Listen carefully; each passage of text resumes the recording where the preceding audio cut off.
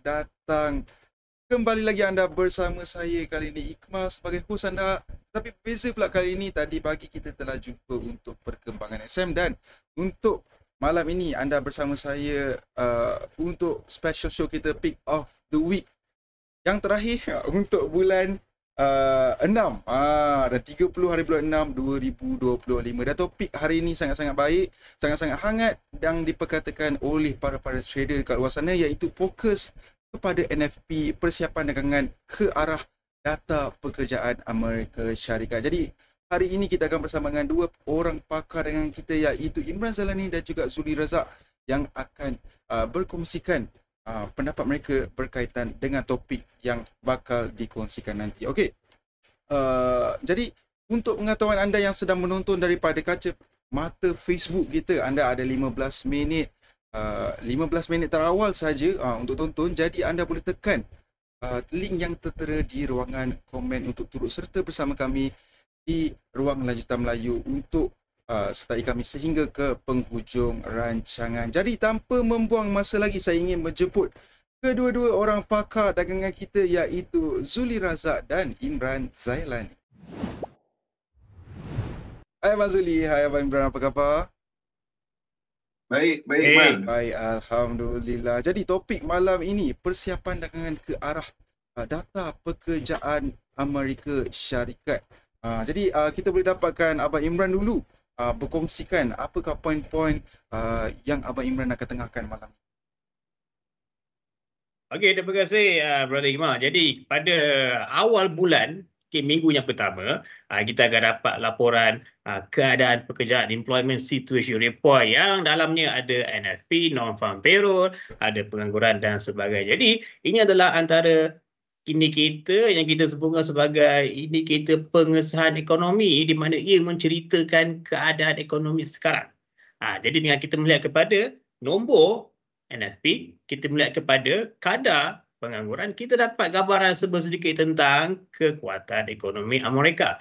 Dan ini penting sebab apa? Ia boleh mempengaruhi sentimen Federal Reserve Bank Pusat Amerika Syarikat untuk menentukan polisi kewangan yang seterusnya. Nak teruskan dalam kitaran dovish ke, nak tarik sikit handbrake ke, macam apa yang dah berlaku dalam perjumpaan yang lepas, ataupun mungkin kalau ada data yang lebih drastik, lebih ekstrim, mungkin adakah dia akan mengubah sentimen kepada yang mungkin lebih okey sedikit. Jadi itu yang kita akan perhatikan, dan dia punya impact adalah sangat besar. Sikit dia akan memberikan impact kepada sentimen pasaran secara keseluruhan, indeks pasaran saham Amerika Syarikat yang sedang mencatatkan arus all-time high sekarang ini pun boleh terkesan. Of course, dolar Amerika Syarikat dan instrumen-instrumen lain seperti emas dan juga kripto boleh terkesan. Jadi itulah sebab kita akan cuba memberikan sedikit fokus lebih pada minggu ini untuk data ini.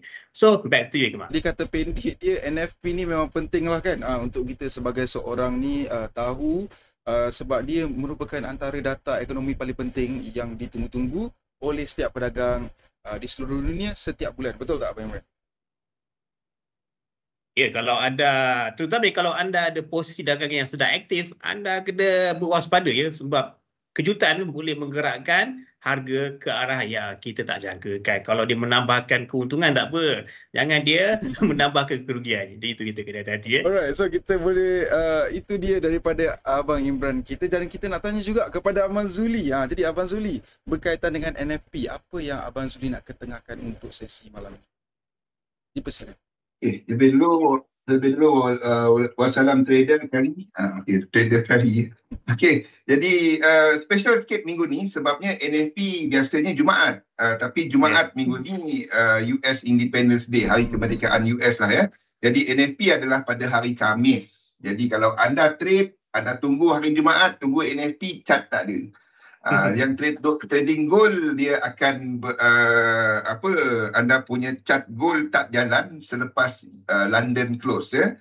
Jadi tengok email yang dihantar oleh pihak XM, tengok dalam anda punya email, dia ada waktu dagangan, tengok kat situ bagaimana dia akan mempengaruhi instrumen yang ada dagangkan ya, iaitu gold, silver, futures lah, minyak, indeks. Jadi Jumaat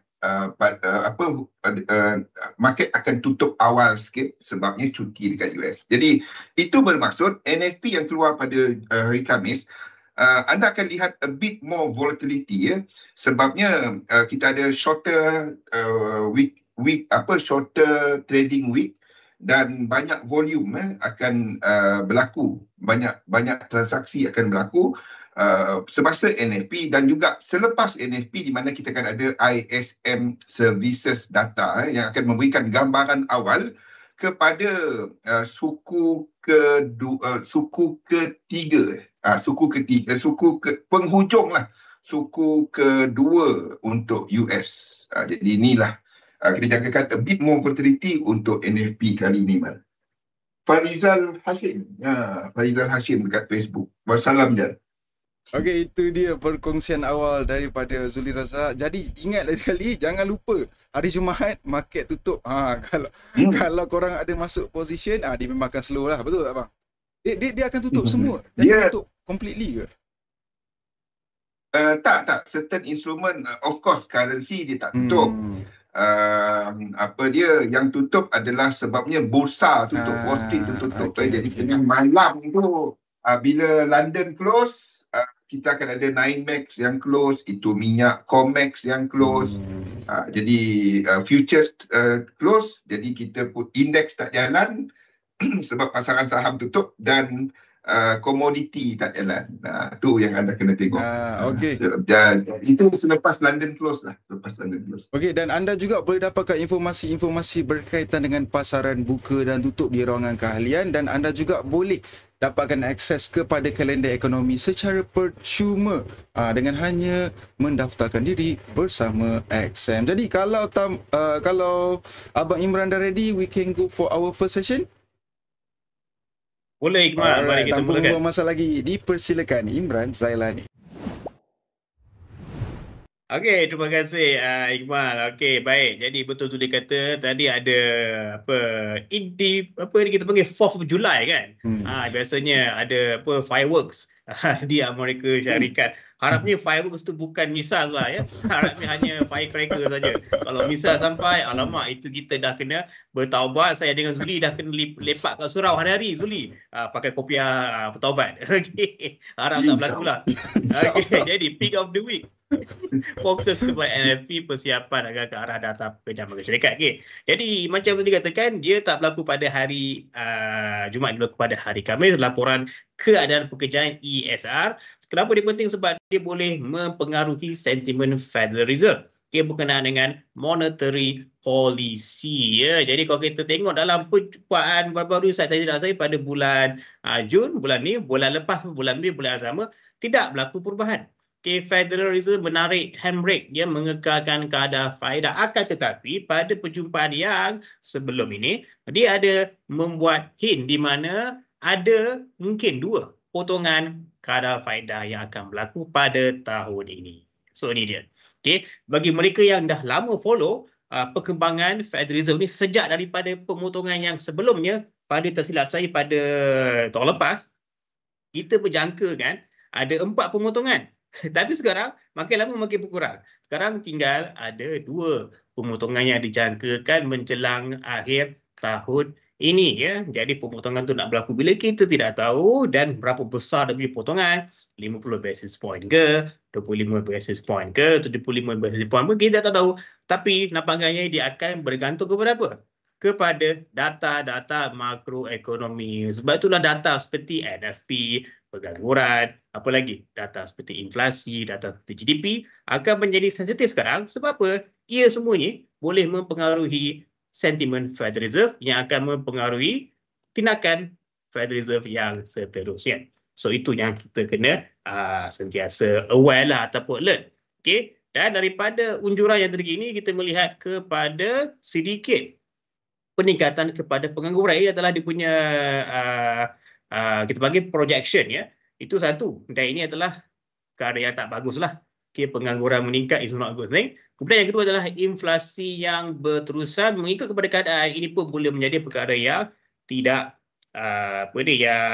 tidak menyenangkan. Okay? Malah kita tengok lepas perjumpaan FOMC pada bulan Jun, Okay, Donald Trump tweet directly kata orang yang paling bodoh sekali dekat dalam government adalah Encik Jerome Powell.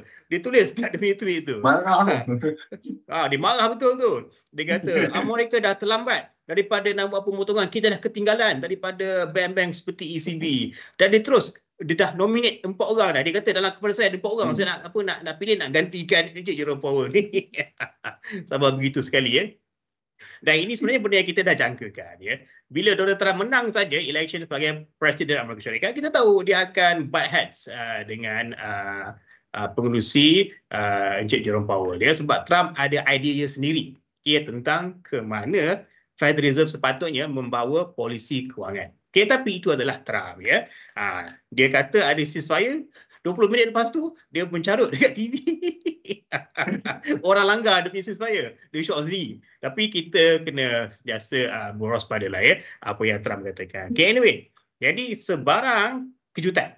Okay, maknanya data NFP melebihi daripada konsensus ataupun data NFP miss. Dia kurang daripada konsensus.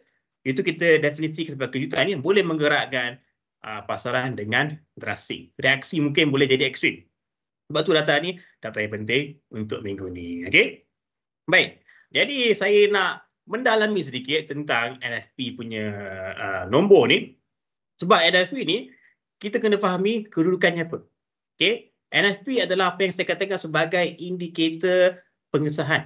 Okey. Tapi ini bukan saya cerita tentang indikator pada chart. Saya cerita sekarang ni tentang indikator ekonomi. Okay, jadi dia di bawah kategori indikator pengesahan ataupun nama yang lain kita boleh katakan sebagai indikator semasa ataupun coincidence. Sebab apa? Ia memberitahu tentang keadaan ekonomi yang semasa. NFP memberitahu kita tentang keadaan ekonomi US sekarang. Okay, so antara contoh-contoh indikator pengesahan termasuklah ini. Di bawah laporan keadaan pekerjaan ESR yang kita akan dapat pada hari Khamis ni, kita akan dapat NFP, kita akan dapat pengangguran. Tapi bukan setakat itu saja. Lain-lain indikator pengesahan ekonomi termasuk juga barangan tahan lama dan juga produksi industri. Yang lebih penting kita kena faham kat mana kedudukannya adalah dengan melihat kepada diagram ini ya. Kita bayangkan ekonomi ini sebagai satu mesin yang besar. Okay, ada banyak komponen yang menggerakkan dan mempengaruhi antara satu sama lain. Okay? Jadi, kalau kita katakan kita drive kereta, okay, kita punya engine kan ada banyak komponen. Jadi, apakah yang kita akan lihat okay, pada engine? Apakah parameternya? Kita mungkin akan lihat kepada temperature, kita lihat kepada dia punya RPM dan sebagainya. Tapi untuk ekonomi, kita lihat kepada indikator-indikator ini. Ya. Kita ada indikator utama, kita ada indikator pengesahan dan kita ada indikator ketinggalan ataupun lagging ya. Jadi di sinilah kita kena faham apakah fungsi indikator utama, indikator pengesahan dan juga indikator ketinggalan. NFP berada di sini. Ia menceritakan kita apa yang berlaku pada ketika itu. Jadi untuk kita faham betul apakah yang dimaksudkan dengan ini, kita kena tahu apakah fungsi indikator utama ekonomi. Okay, first adalah untuk membuat jangkaan. Okay, dia buat jangkaan. Kat sinilah kita akan sebagai trader, kita buat jangkaan, kita tengok kepada data, oh PMI keluar, data yang bagus, katakan kita ada buat jangkaan, dia adalah bullish. Okay, ataupun bearish. Dan di sinilah pada indikator utama kita akan entry. Okay, kat sini. Kita nak entry sebelum harga bergerak. Kalau harga dah bergerak, kita entry maknanya kita dah ketinggalan bas ya. So sama ada beli ataupun kita nak jual. Okey. Baik. Sekarang ni kita tengok kepada indikator pengesahan, apakah fungsinya adalah ini ya. Dia nak sahkan okey ataupun dia batalkan kita punya jangkaan. Maknanya okey, batalkan jangkaan.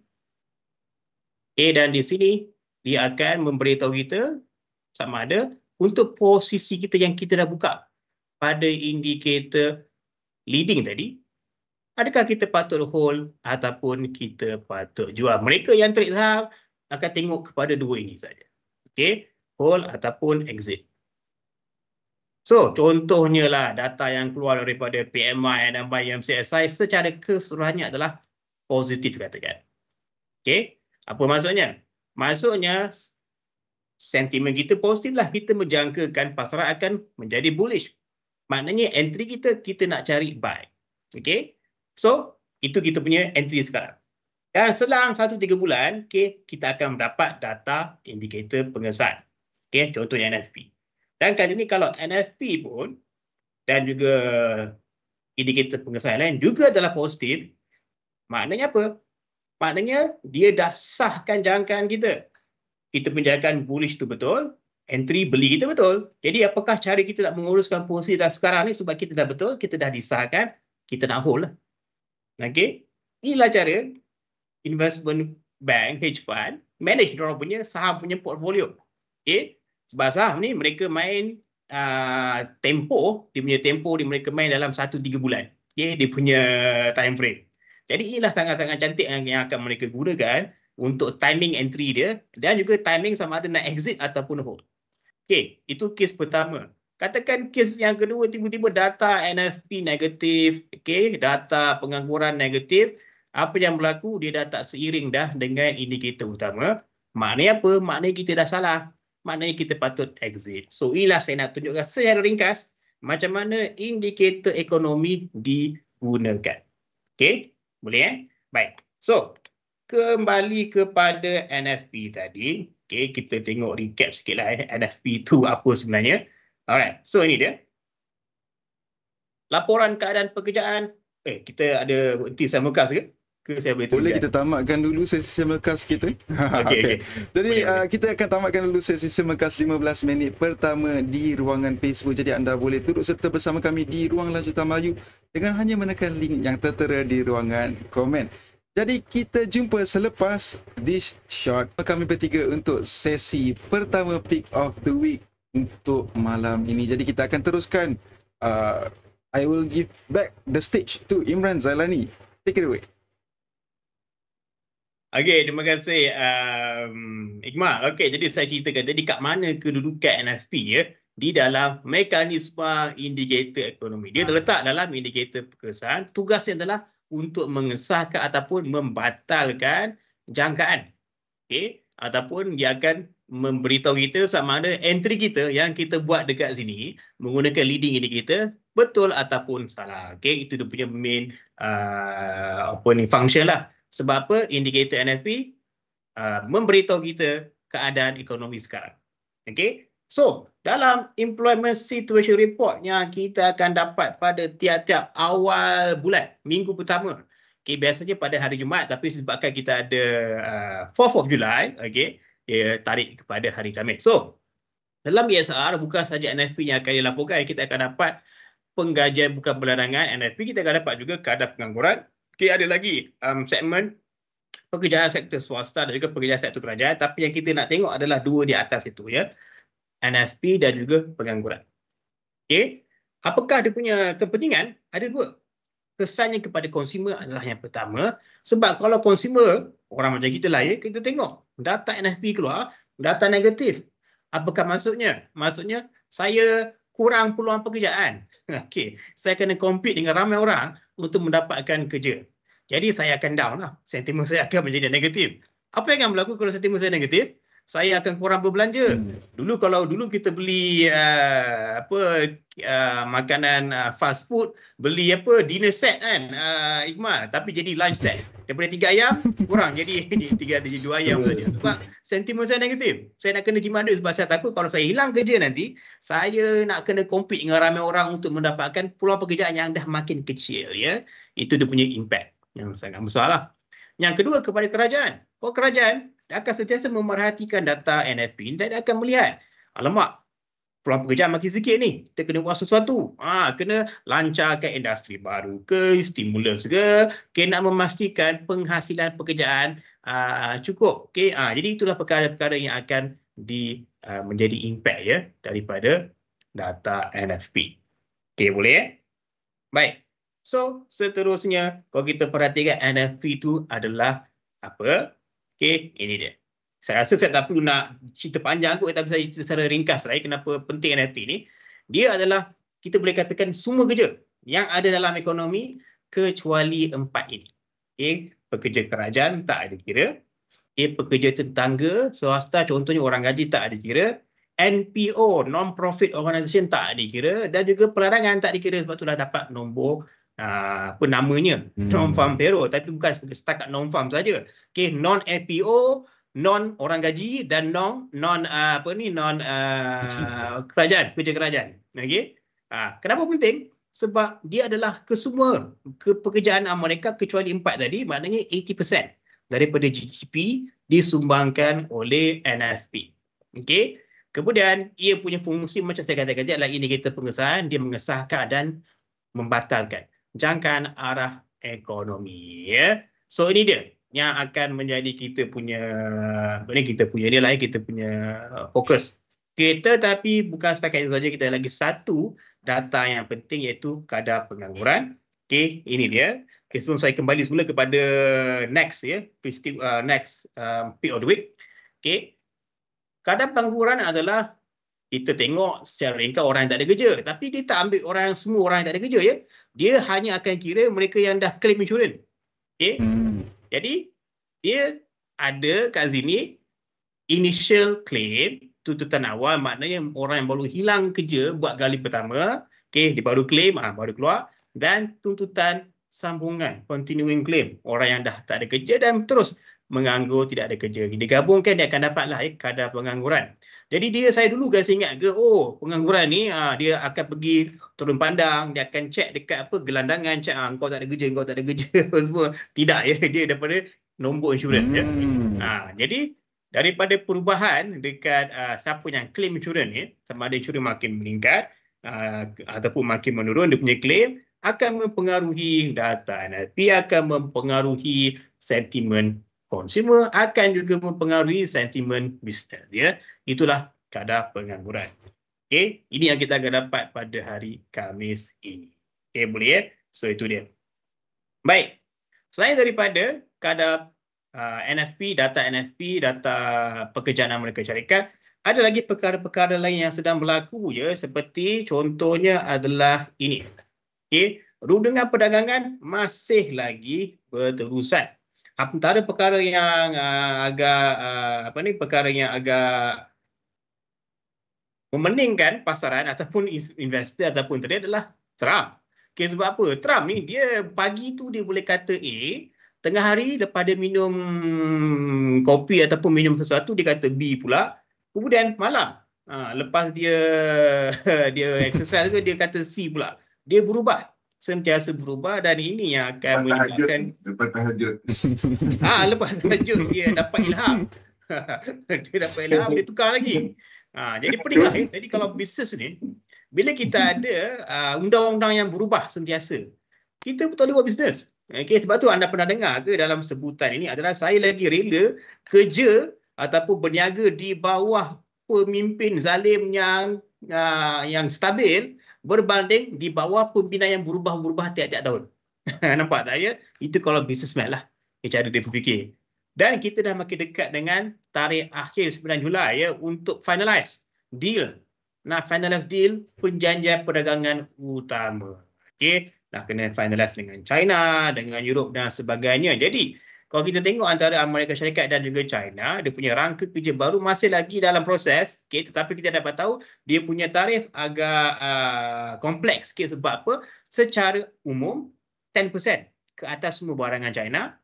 Okay, tetapi dia ada barang-barangan yang terpilih yang dia akan kenakan tarif tambahan. Ya. Saya boleh jangkakan barangan terpilih ini adalah barangan teknologi. Okay, yang mungkin akan menjadi target lah, ya, untuk tarif yang lebih tinggi. Itu untuk Amerika Syarikat dan juga China. Yang seterusnya adalah EU dan Amerika Syarikat. Okay, ancaman tarif 25%, okay, ke atas barangan Amerika Syarikat. Ini EU yang kasih amaran dekat China, kasih amaran dekat Amerika, ya. Kalau gagal rundingan, semua produk Amerika akan kena 25% tarif. Okey, jadi dia sedang tarik tali lagi. Masa dia sedang tarik tali, dan ini boleh memberikan sebagai trader, investor, kita takut ini akan meningkatkan ketidakpastian pasaran. Susah kita nak menjangkakan arah. Kemudian ia boleh yang bahaya mengganggu rangkaian bekalan, ya, supply chain. Okay, supply chain ni adalah perkara yang sangat-sangat penting lah. Kita dalam ekonomi globalisasi ni, tiap-tiap negara ada hubungan dengan negara yang lain. Okay, boleh ya? Baik. Kemudian seterusnya adalah prestasi saham global. Okay, indeks S&P 500 baru saja mencatatkan aras yang tertinggi dalam sejarah all time high. Okay. Diketuai oleh sektor teknologi lah yang memacu kenaikan pasaran saham. Okay. Tetapi masih lagi ada ada risiko lah kita boleh katakan bahawa pasaran boleh buat pullback. Okay, sebab apa? Boleh berlaku rotasi pasaran. Okay. Apakah rotasi pasaran? Contohnya adalah daripada syarikat-syarikat yang besar. Okay, kita panggil syarikat ini sebagai syarikat growth company. Ya. Okay. Boleh berlaku peralihan ketara daripada saham pertumbuhan ataupun growth. Contoh terbaik saham growth adalah saham sektor teknologi. Okay. Di mana dia punya harga saham akan bergerak dengan laju. Okay. Sebab apa? Investor nakkan capital gain. Okay. Tapi ada juga saham yang kita namakan sebagai saham nilai ataupun value stocks. Okay. Value stock lah contohnya banking. Okay. Ataupun syarikat yang saham dia stabil, okay, dan dia memberikan dividen yang stabil lah.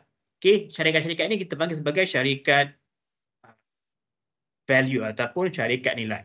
Jadi kita akan lihat sekarang ni pemindahan dana daripada syarikat growth pergi kepada syarikat value.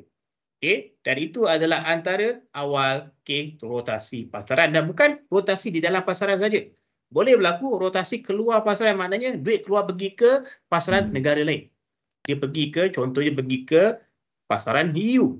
Okay. Pergi ke pasaran China mungkin tidaklah. Pergi ke pasaran saham negara-negara lain. Okay. Jadi kat sini kita lihat investor sedang cuba nak mempelbagaikan.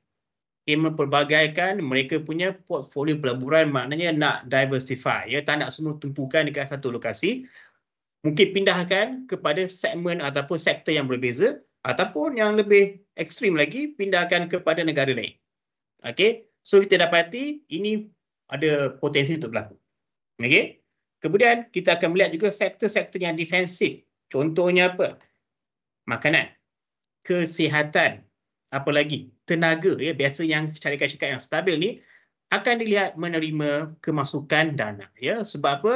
Kalau kita melihat kepada ketidakpastian geopolitik, konflik yang makin meningkat, investor mungkin akan keluarkan duit mereka daripada syarikat growth tadi, macam sektor teknologi, pindahkan kepada sektor defensif. Okay, ini adalah sentiasa berlaku di dalam market bertahun-tahun. Rotation, sektor rotation market. Ya, boleh?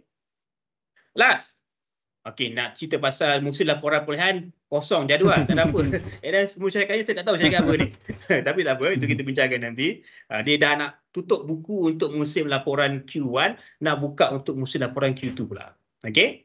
So, ni masih lagi berlaku. Kita akan geopolitik. Okey, masih lagi walaupun kita ada berita ceasefire.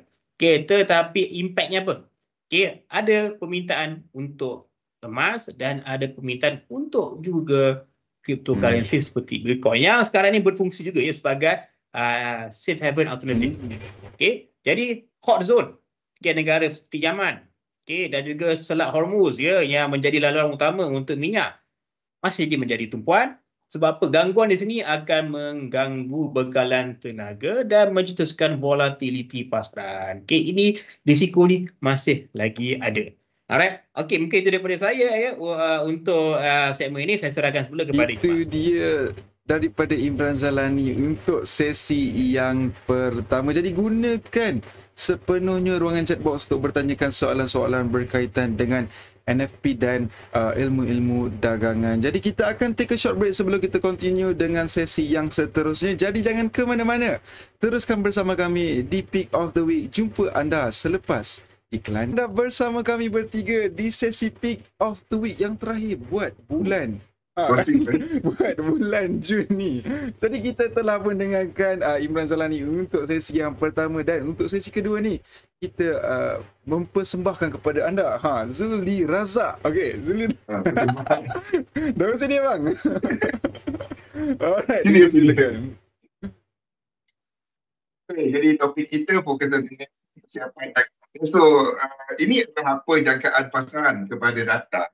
Basically, macam mana kita nak tahu data tu rendah, data tu tinggi. Okay, ni saya kongsikan kepada anda dia punya range. Kalau bawah 70,000 itu rendah. Jangan tengok jangkaan 120, 110 depending kepada kalender mana anda tengok. Jadi kalau kita kata rendah, bawah 70,000. Kalau kita kata tinggi, atas 130,000. Basically, untuk NFP kali ini dan sesuai sebabnya inilah untuk data Jun. Ingat Jun adalah summer month. Lazimnya kita akan ada jumlah pekerjaan yang rendah sikit pada summer month. Itu kelazimannya lah. Yang peladangan tinggi. Kalau anda cari data peladangan US sebabnya itu adalah harvesting time. Dan juga untuk part time sebabnya anda akan dapati bandar-bandar raya seperti Orlando, tempat Disney World akan penuh. Okey, jadi itu lazimnya lah. Kadar pengangguran yang akan meningkat. Basically untuk NFP kali ini pasaran menjangkakan angka yang tak bagus. Itu basically dia. Okay, angka yang lebih rendah berbanding dengan Mei. Imran tadi juga menyebut mengenai unjuran FOMC yang dikeluarkan pada Jun. Anda boleh dapatkan table ni dekat dekat Fed punya kalender, FOMC punya kalender, dan seperti Imran sebut tadi ada dua potongan dijangka. Ini adalah sama dengan apa yang dijangkakan untuk unjuran Mac. Tetapi apa yang FOMC katakan, ekonomi dijangka akan lebih perlahan berbanding dengan jangkaan sebelum ini, manakala kadar pengangguran dijangka akan meningkat dan inflasi dijangka akan naik. Tetapi kenaikan ini adalah banyak bergantung kepada tarif. Sekiranya tarif dilaksanakan secara penuh seperti apa data yang FOMC ada semasa mesyuarat pada Jun pada minggu lepas, dua minggu lepas, dan kadar inflasi dijangka akan naik. Imran juga berkongsi kepada anda leading, concurrent dan juga lagging indicator PMI, NFP dan juga KDNK. Kenapa dia lagging? Cara data tu dikumpul. Contohnya, saya meletakkan, kalau nak lihat, ni basically macam mana anda apply lah. Saya tak letakkan dia ikut turutan sebab ini adalah untuk personal consumption. Apa yang anda boleh buat, kalau anda pergi kepada data ASM, data PMI tu, dia ada indeks khas dia, dan anda boleh melihat contohnya kepada jangkaan untuk bulan 5, bulan 6 punya PMI, ISM. Untuk data pekerjaan dia, untuk data harga, kita nampak untuk harga dijangka nampak peningkatan. Untuk ISM services, kita cuma akan dapat report untuk bulan 6 hanya pada selepas NFP. Tetapi anda nampak harga memang naik dan pekerjaan berada dalam expansion, maksudnya di atas 50. Jadi dan inilah yang kita gunakan untuk menjangka sama ada NFP naik, NFP turun, CPI naik, CPI turun, pertumbuhan ekonomi lebih bagus ataupun tak bagus, kita ambil the whole index. Dan kalau kita lihat, untuk 3 bulan pada tahun ini adalah lebih rendah. Okay, ini sesuai dengan kita nampak apa yang kita nampak KDNK lah untuk 3 bulan pertama tahun. Jadi ini cara saya dan adakah nombor sekarang bagus atau tak bagus? Ingat tak pasal unjuran tadi? Jadi kita gunakan unjuran kat sini sebagai kita punya target. Jadi ini sepatutnya dah tukar, saya tak tukar lagi. Ini kepada 1.4.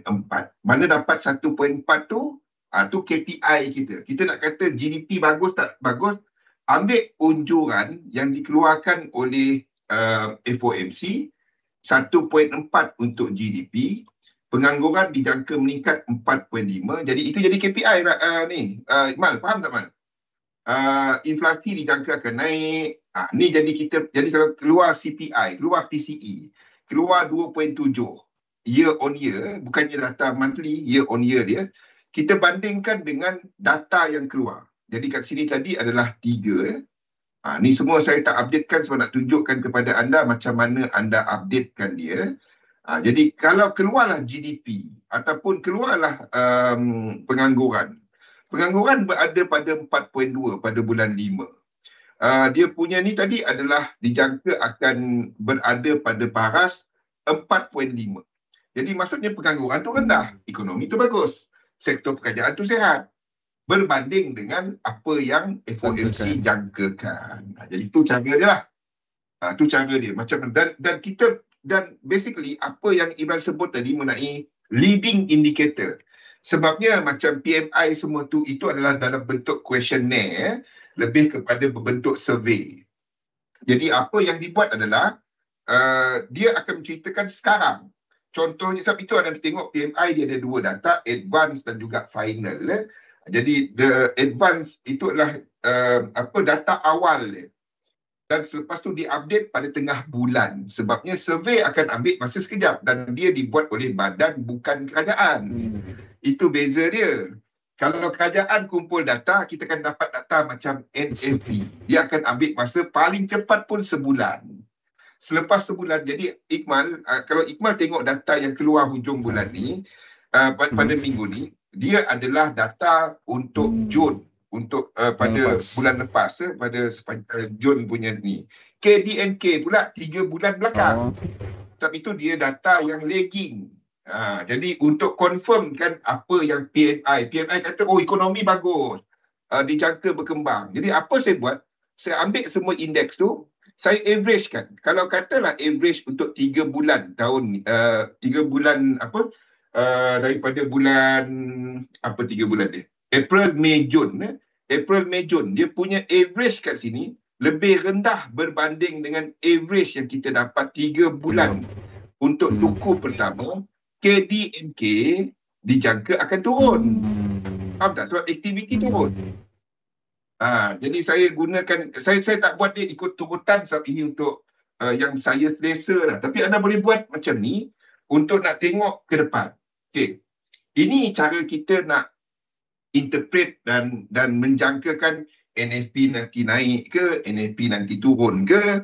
Dia kalau rajin tu sebenarnya Federal Reserve dia ada buat survey. Kalau rajin tu cari FRED dan tengok kepada employment. Ada Federal Reserve yang memang buat monthly data. Jadi macam ISM ni jugalah. Dan kalau nak tahu meeting FOMC tu, setiap Federal Reserve tu dia akan ketengahkan dia punya survey, dia punya ni lah. Dan dia ada dia punya book dia, tak payah beige book yang kita biasa dengar, beige book dan lain-lain tu. Okey, yang penting apa kita nampak dekat chart lah. So setakat ini FOMC pasaran mula meningkatkan kemungkinan untuk 3 kali. Satu ada nampak dolar tu makin lemah dan indeks makin naik. Sehingga hujung tahun ni, kalau kita ikut unjuran yang dikeluarkan Jun, cuma 2 kali. Kadar siling 4.5 dijangka dibawa ke median rate 4%. Maksudnya 2 potongan sebanyak 25 mata setiap satu potongan daripada 4.5 jadi 4%. Itu yang kita nampak dekat median ni. Dia dah bagi tahu dah. Okay. Tapi pasaran mula menjangka disebabkan ekonomi yang naik dan tarif macam Trump ni sekejap escalate, sekejap de-escalate.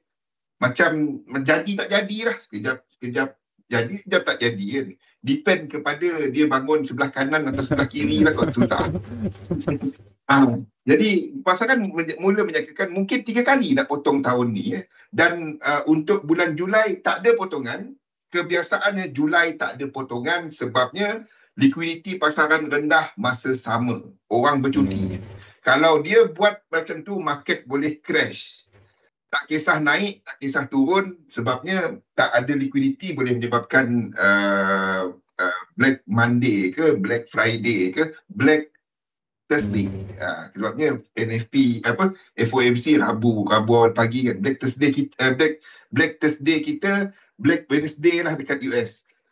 Dia lain sikit, dia punya time. Jadi liquidity adalah rendah. Kalau dia nak potong pun adalah pada September. Sebab September dia akan keluarkan unjuran tu sekali lagi. Jadi panduan lah. Jadi kebiasaannya potongan adalah semasa unjuran ni dikeluarkan mana, iaitu Mac, Jun, September dan Disember. Anda jarang, kecuali ada emergency dan barulah bulan-bulan lain. Anda boleh tengok sejarah FOMC bila dia memotong kadar polisi. Okey, jadi NFP ni adalah salah satu data yang dalam unjuran, iaitu the unemployment figure ya. Dan ini akan mempengaruhi keputusan FOMC. Bahasa yang dikeluarkan pada Julai nanti. Dan pasaran mula menyangkakan FOMC akan memberikan gambaran bahawa potongan akan berlaku pada September. Sebab itulah kita nampak kenapa gold naik, lepas tu tak ke mana, dolar turun, lepas tu tak ke mana, indeks tetap naik. Sebabnya bila potongan kadar polisi jatuh, potongan kadar polisi berlaku, dan kita akan ada liquidity pasaran yang menaik. Itu yang kita nampak sekarang. Tidak, mana saya punya chart ni. Di mana kita masih menjangkakan untuk indeks untuk indeks meneruskan kekuatan, dan sebenarnya kalau ingat sesi saya dulu, kita dah ada level dekat sini dah hampir mencecah 1618, iaitu basically kalau ini mencecah 1618 ni tak sampai lagi, saya gunakan dia untuk katakan pegangkan indeks dengan momentum. Jadi indeks dengan momentum adalah risk on. Kalau dia tak sampai 1618, dia belum risk on. Basically itulah dia kenaikan yang klinik lah. But kita ada indeks seperti Nasdaq. Kita ada pengukuhan dekat sektor sektor teknologi yang menyokong kepada US 100. Beza dia US 100 ni dia tak ada banking. Dia tak ada financial. Jadi dan dia lebih heavy kepada teknologi, dan kita dapati di sini pergerakan dia kalau kita ambil high dengan low yang sama, kita dah lebih daripada 1618. But ini lebih sektor spesifik disebabkan oleh Microsoft dan lain-lain. Apple, saya tahu Apple berat sikit sebabnya Trump punya tarif khas kepada Apple. So kita ada 1618 dekat sini. So basically kita katakan ini adalah extension. So any pullback dalam US 100 spesifik adalah peluang membeli. Itu yang saya minat kepada Nasdaq, but yang lain-lain ni belum sampai. Kalau lain-lain ni sampai 1618, pullback dia adalah peluang membeli. Ni jauh lagi. Kita tahu fokus semasa pasaran adalah kepada growth, iaitu kepada tech. Rotation dia lebih kepada industri tersebut juga kepada growth sector. Instead of kepada value. Value sector ni defensif, iaitu seperti healthcare. Healthcare jatuh sebabnya Trump nak harga ubat rendah. Jadi kalau anda masuk kepada pharmaceutical, kepada yang tu ada demam-demam kepialu sikit. Jadi cari ubat. Ubat dah murah. Contoh. Jadi sektor ubat kan. Masuk sektor ubat, kau makan ubat. Okey. Untuk yen pair, saya berminat kepada dolar untuk nak short dolar. Kita akan dapati dolar buat bounce sekarang. The thing is, ini boleh bounce lebih tinggi, dan saya melukis ini ke bawah, dan kita tahu UJ kita jangka akan lebih ke bawah, EU dijangka akan ke atas. Sekarang ni tengah short term akan pullback lah. Ini akan buat pullback. Jadi itu bermaksud EJ akan pening. Kalau anda trade yen pair, anda pun pening. Sebabnya dia akan lebih sideways. Dan kita jangkakan dia akan menemui satu resistance sebelum turun bersama dengan indeks nanti. Jadi bila ini jatuh, itu adalah masanya kita tengok ni pun jatuh. Benda sama. Itu nanti, belum sekarang. Jadi peluang dagangan bagi saya untuk short term masih lagi kepada tech sector, sama ada anda trade kepada US 100 ataupun even kalau rajin tu pergi jenguk-jenguk juga kepada saham seperti Microsoft Nvidia anytime dia membuat pullback yang sama, iaitu Microsoft contohnya. Jadi apabila pullback di sini, ni M15 jadi pullback semasa dekat sini, pullback di sini adalah peluang belian untuk Microsoft. Okay, but ingat minggu ni adalah minggu yang shorter trading week. So anda make sure anda tak pegang, bagi mereka yang intraday, anda tak pergi dia tengah float hold dululah, jangan. Jumaat ni goal kau tak jalan. Jumaat dia jalan sampai London close, lepas tu anda ingat XM dah tutup. Saya seperti biasa akan menerima mesej tengah malam, bang XM dah tak ada. Seperti biasa. Lain kali saya bagi Imran punya nombor. Malas saya nak jawab. Jangan. Ada je tengah malam. Tengah malam dia tempat London close tu dia akan, bang kenapa XM punya chart goal tak jalan bang? Kau check email. Penat dia cerita kan. Okay, so yen pair akan lebih pening but jangan sell dia sebab indeks masih disokong. Yang lemah ni dolar. Kita tengah tengok dolar tengah kenaikan ini bukan GBP tau. Kenaikan ini adalah GJ punya yen UJ punya kenaikan. Kita dapati untuk UJ sekarang ni naik dan anda akan dapati US dollar akan bounce. Okay, so bounce ini sekiranya saya nampak corrective structure, itu adalah peluang untuk shorting dollar. So ini obviously adalah impulse dan gambaran besar dia ini masih tak lengkap. Maksudnya kita punya Fibonacci target iaitu 100% kat sini, ini masih tak lengkap. Dia punya 100% area ni. Jadi kita masih ada a bit more ke bawah. Itu bermakna sekiranya saya nampak euro US dollar dalam M15, dalam H1 sampai dekat sini, saya berminat untuk nak long. Untuk GU benda sama, ke bawah lagi, dan saya berminat untuk nak long. Jadi kira dia simple je. Kira dia 1, 2, 3. Jadi anda tahu correction, jumlah struktur dia 3, 7, 11. Yang ikut arah balik ni tak kisah. Ini arah yang nampak trend kan. Ini jadi 3, 4. Jadi kalau anda nampak 5, 6, 7, tarik Fibo dia. 100%, 1618. Itu sistem yang saya guna pakai lah. Itu yang masuk 3, 7. Kalau dia naik lagi kat sini, ni 7, 8, 9, 10, 11. Itu 11. Itu maksud dia lah. Yang ikut arah balik dikira sebagai 1 lah.